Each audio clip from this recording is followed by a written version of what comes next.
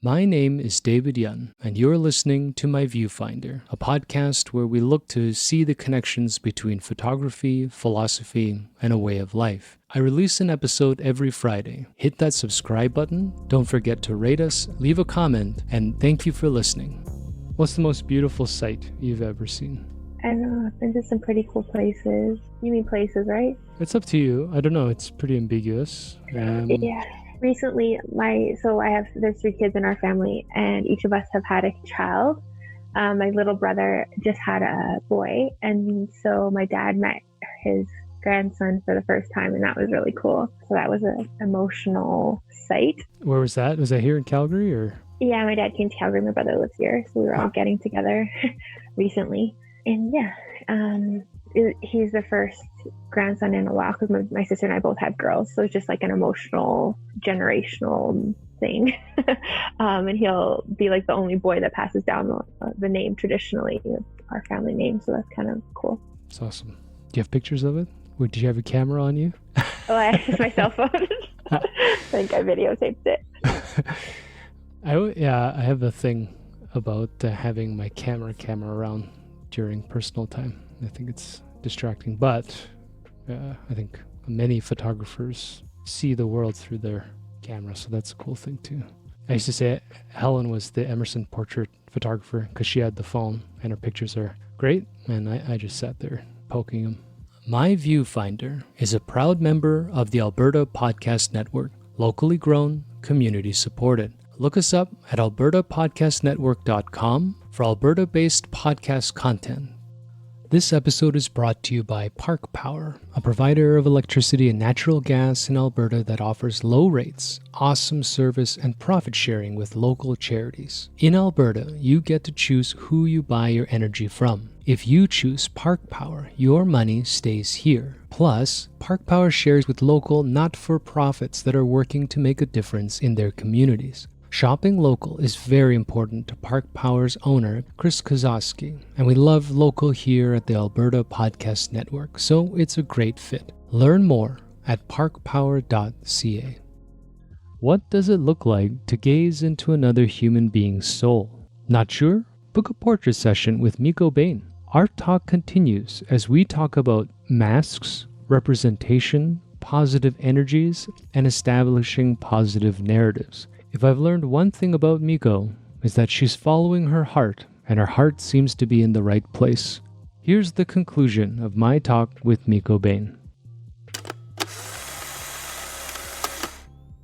That it is quite impactful, isn't it? Photography is a weird thing. I mean, even when you brought up taking pictures of your family growing up, and so this is, in one sense, the purest and most intuitive form of photography, because there's no goal in editing or building images, probably not even compositionally at that stage. But when I find a lot of the influences, like researching, I'm starting to try to read some of this stuff, but documentary photography and the history of photography, it's interesting. Like I've been thinking about what you brought up about how so much of it is edited. Maybe not necessarily in the specific fashion thing, like warping a woman's waist or cutting away a jawline, but even the contextualization, let's say, of a war photograph or like a small town building. That's such a classic thing in Alberta, which I still don't understand why it's so popular. But you had this, architectural picture of a corner store, but it's so out of context, right?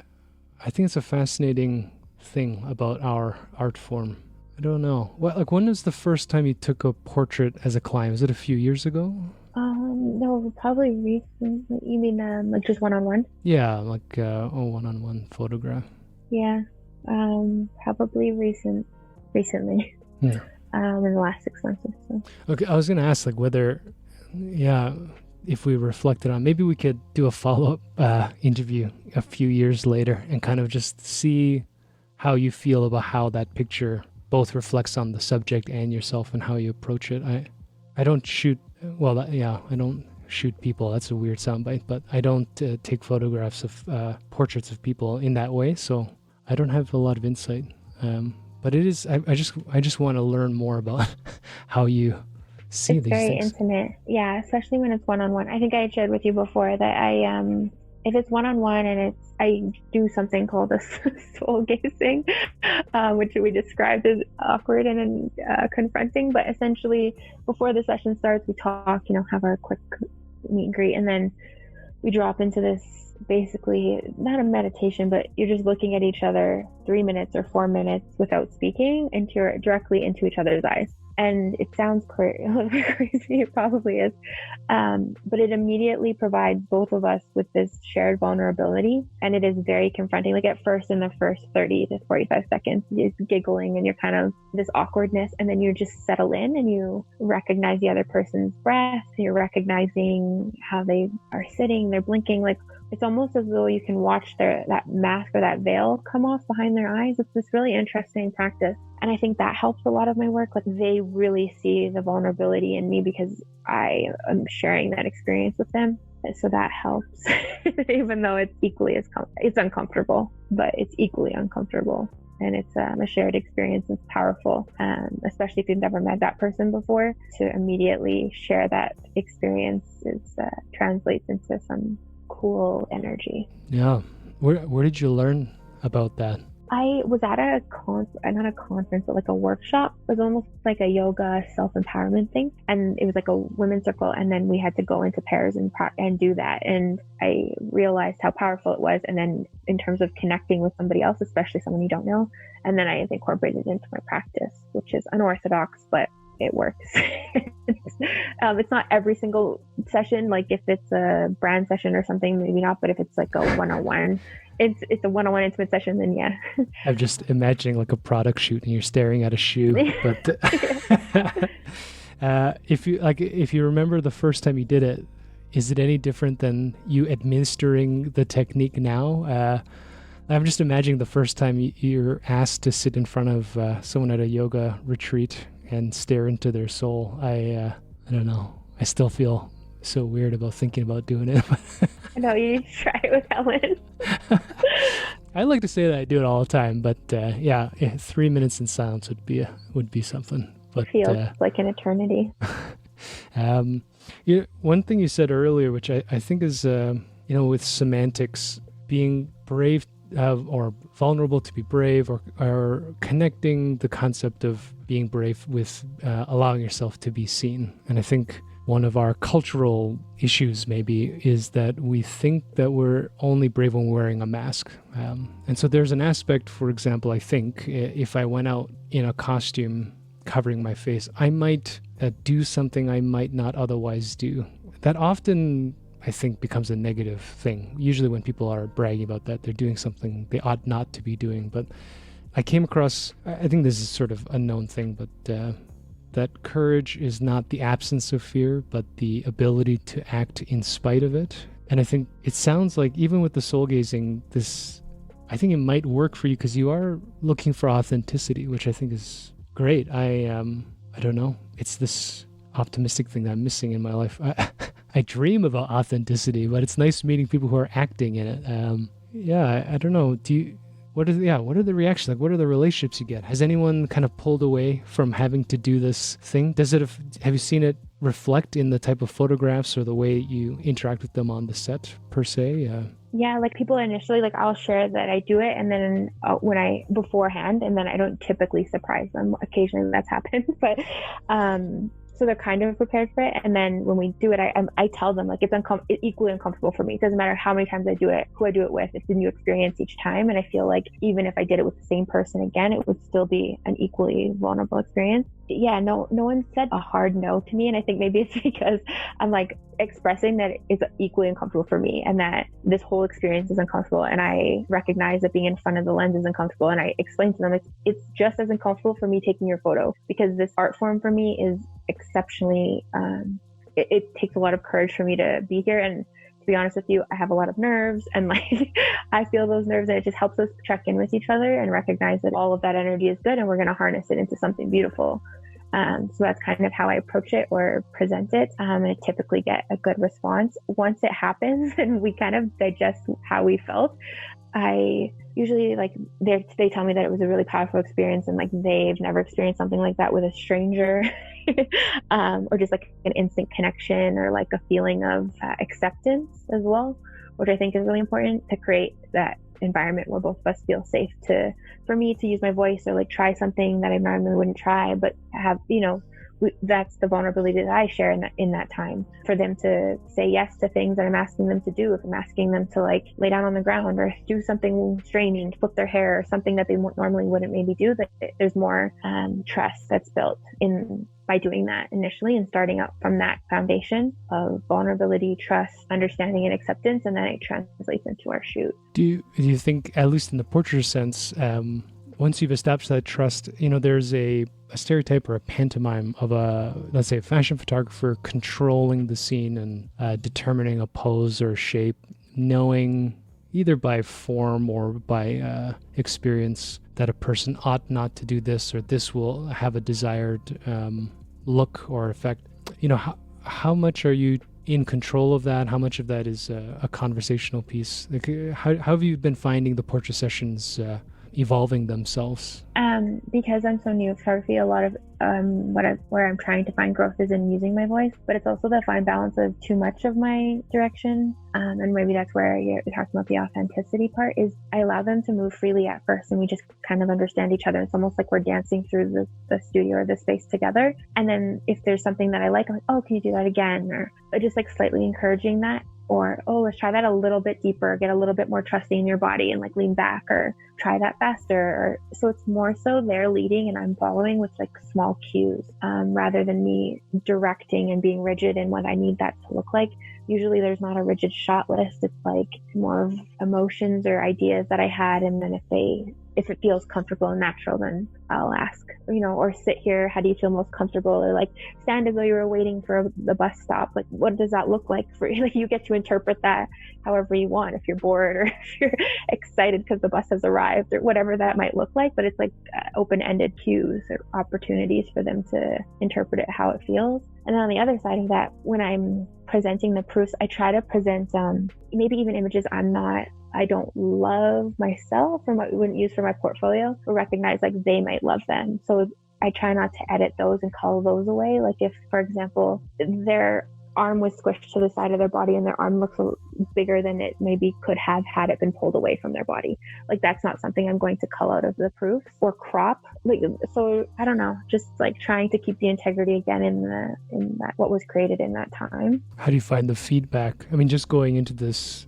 and now delve into psychoanalyzing your clients, but the few pieces I've done that involve other people, there's a tension there for sure. And I think particularly for me, because I'm also self-taught, but I'm very interested in more of this snapshotty street stuff, or like very edited, let's call them artistic something. But when I've shot a few weddings, or I've taken photos of some portraits or some corporate headshots, whatever, there's tension because there's an expectation on the other side.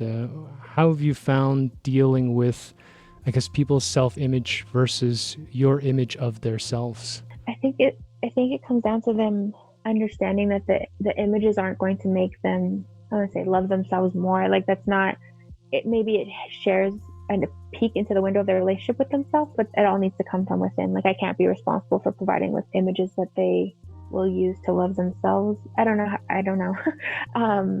Yeah, it's tricky. I think that because I really like shooting one-on-one, because the energy is between me and the person in front of my lens. When you have like a couple, for example, the energy is between me and each of them, plus the energy that they have with each other, right? Like, that all needs to be considered. So there's almost 3 energy paths. So how I try to not control, but help that situation is they do the soul gazing before we start the session. So as a couple, they'll do the soul gazing, check in with each other. There's no cell phones in my sessions usually. And then it's an opportunity for them to really just connect. And it's more of like them to celebrate that relationship. So that's kind of how I approach when I have clients, because that, as you meant, that tension, that's hard to pull that away. But usually if I'm vulnerable and share a little bit about me and how I work and why I work that way and my values, and ask them why they chose me, like, usually those questions are help make them feel safe and seen. I think the core piece I hear from you is this sense of value. I mean, there's obviously strong, well, for me, obviously a strong spiritual aspect. You're using, and we're using terms like, yeah, values, energy, etc. It's a thing that I've been, like a little thing that I've been asking myself is, how do I know if I'm acting in good conscience? So, talking about this tension, I guess is why I picked up on this tension is sometimes I catch myself and I don't know if I can answer these questions straight, right? Like, why did I take this picture? Why did I talk to my son this way? Why did I get upset somebody cut me off in the street? Whatever the benign example is, clearly I overanalyzed my life, but do you find there's a core set of principles that help you kind of navigate this? Like, do you have a deep sense of right and wrong when it comes to these things, or is it an evolving feeling? I get caught there. I get very worried when I send a proof to a client that they're going to think I'm an idiot or hate their pictures, etc. That's probably why I don't push that hard in portraiture. But yeah, do you find that you have like a strong sense of good and bad, right and wrong? Yeah, maybe not a strong sense of good and bad, but I feel like I have a strong sense of energy. Like if we're not aligned, I'll know that we're not aligned and that I'm probably not the best suited photographer for whatever that project is, or portraiture, or that person. Like sometimes you can just feel it. And to your point about it being spiritual, like I think lately I've been considering like what that looks like in my work, and I noticed that when I'm taking photos, I do fall into this place of like hyper observant of the person, the subject, the energy, and I'm not using my voice, which is the part that I'm trying to find the balance in, because I'll just stop talking and it's almost like an out of body experience that I'm trying to capture that person however it is that they're, like, for example, there's just music playing, there's always music, and usually they're just like, I just ask someone, which is also very vulnerable because I wouldn't want to dance, but like to dance along that wall however your body chooses to move to this song or whatever song they pick or whatever that looks like. And then I fall into this place of deep observance and hyper awareness. And so it's mostly like energy rather than it being about a rigid shot list or a yes or no or something. And someone recently described my work as soulful, and I thought that was such a deep, appreciative compliment. Like, soulful, I think, is what I want to use in my marketing tagline, but that's what I want my work to come across as. Like, I don't want it to be stiff or rigid or restrictive. I want it to feel welcoming, inviting, soulful, and yeah. I think it will have to be, because it feels like that's your approach, a soulful one. Yeah, it's a fascinating thing. Soulful, authentic, humanist, maybe. I like this idea that you seem to care about your clients. Probably too much.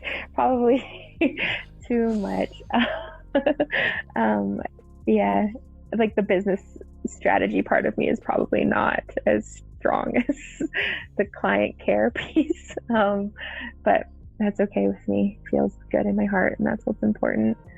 I also wonder, if I did a shoot with you, what kind of amazing dad moves I would it would be amazing to take photos of me in awkward angles. It would be pictures that could never be shown in public, I think, or maybe to be proud of. I'm not that shy. I also, my cynical brain is just thinking, like, when you ask I want to know, maybe we'll ask again in 5 years, how many couples can't complete a soul gazing? Oh my god. Yeah, that's awkward though, because I think, like, for example, I've had people like show up late to a shoot, and you're just like in that energy where it's like rushing and I'm late and you're disheveled and you're worried about me and I don't know, whatever it is, and then you just like, throw your bag down, and like I'm that energy that, like, to be able to connect with your breath and slow down and like be present. That's what I'm really looking for in that time, is that they just be present with themselves and each other. Yeah, so it makes a big difference than thinking about everything else. The to-do list, what's for dinner, where they're going next. There's that, I don't know if I brought this up before, but around the 19th century-ish is when philosophically and sociologically we started categorizing human beings as machines, and this rigidity of how people ought to act. So yeah, like having a shot list, checking out 15 boxes becomes very mechanical. Whereas I mean, I don't know, my experience is human beings are irrational. And if you can give them some space, I think there's so much more beauty there. But the tension is that I don't know if people even appreciate their own beauty, right? They want to be rigid and expect a certain shape even of themselves. So, I mean, just in closing, I mean, using maybe that, although it's a little heavy actually, but going back to representation in general, I mean, as the final key point, I think we've spent a lot of time on all three, but, as a final reflection, yeah, especially with this idea of being soulful, what does representation mean abstractly for you? Like what is good representation or authentic representation, either like for a person themselves or through our work? Like what's the goal? What's the ideal perfect state? Where does it get power? Yeah, well, I think like all photographers have power in the narrative, like intrinsically, whether you choose to recognize it or not, in whatever medium that you choose to shoot or whatever types of industry you're in. But I think like we all have access, and like that access part is a huge part, needs to be recognized and needs to be respected.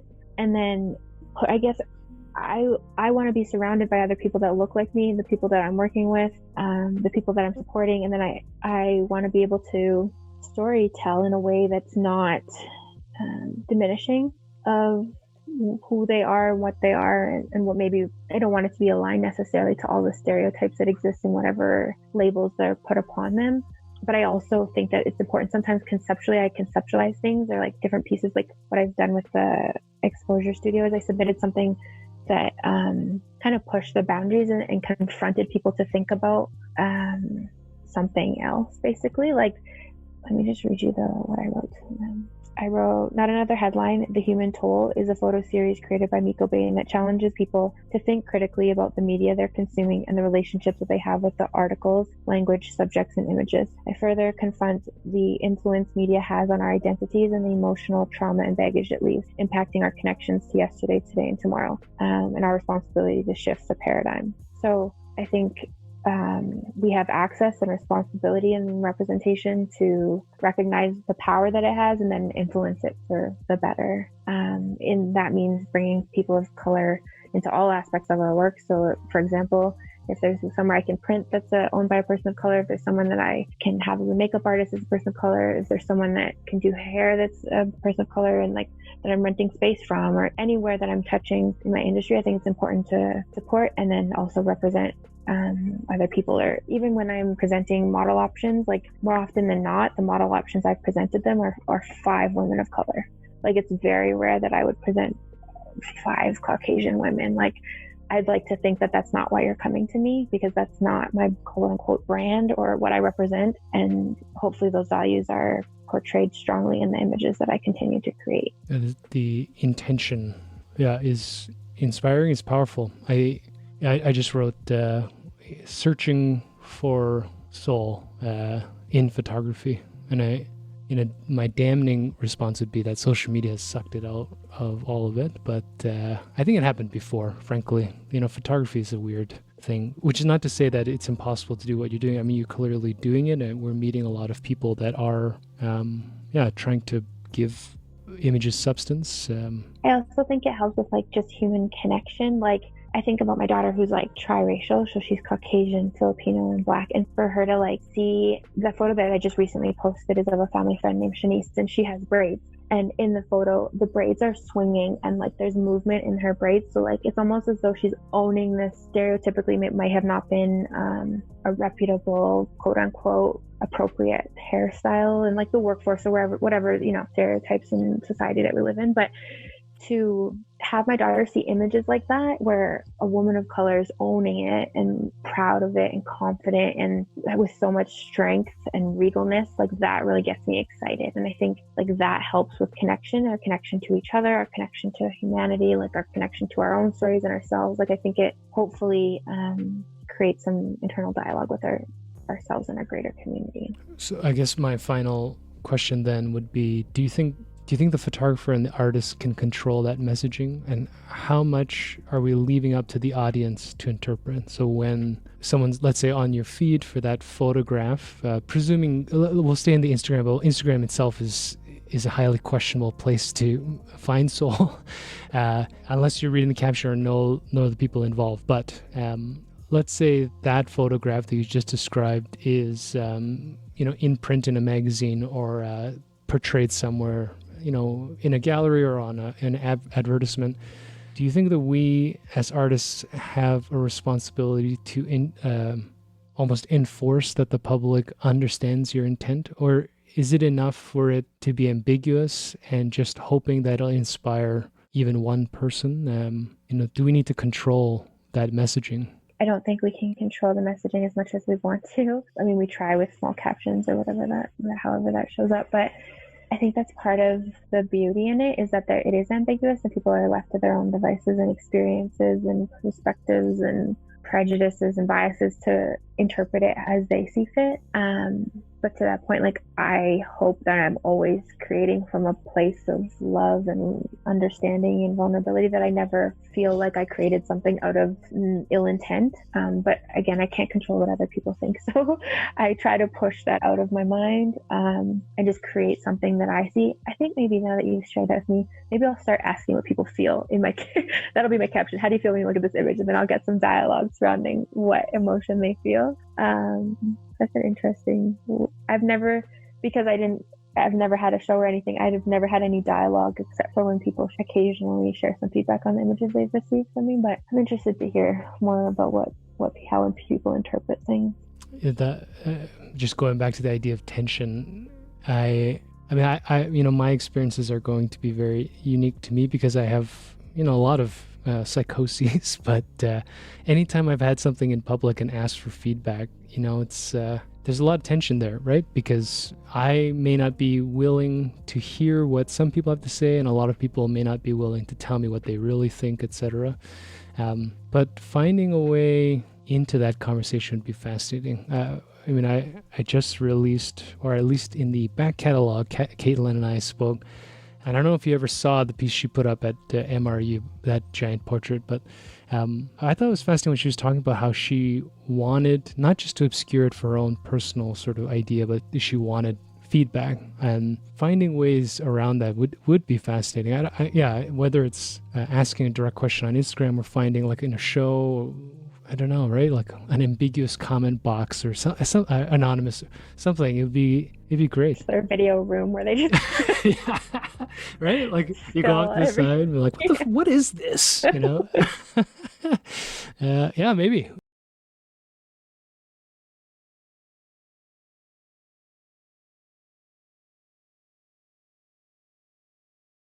That's some real highbrow installation shit, and then you're videotaping it when they don't realize. Yeah, and live broadcasting that in front of. Yeah, that would be too many layers. But no, thanks.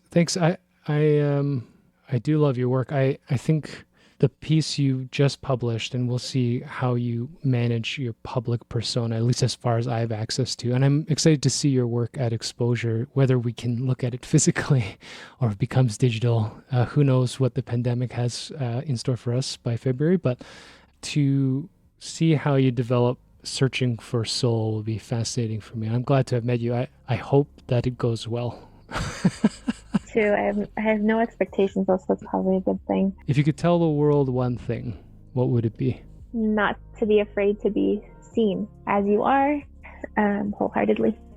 The Alberta Podcast Network features Albertan podcast content. Podcasts like the Emergency Preparedness in Canada podcast features current, relevant, and Canadian content for those passionate about disasters and their management. Listen as hosts Dr. Joshua Bezanson and Grayson Cockett interview leading experts, review landmark publications, and debate important issues.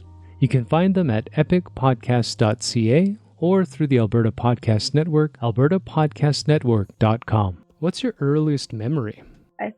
Last time we chatted, my earliest memory was I think my first day of school photo. I lived backing onto the school's schoolyard, so the photo is of my father and I holding hands. I have my backpack on, crisp dress, and then the school is in the background, but I'm standing in our backyard. Pretty sure my mom took that photo, but I don't have one of my mom on that day. So that's probably my earliest memory that I can recall. We have to dig the photo up. It feels like Yeah. maybe photography is a form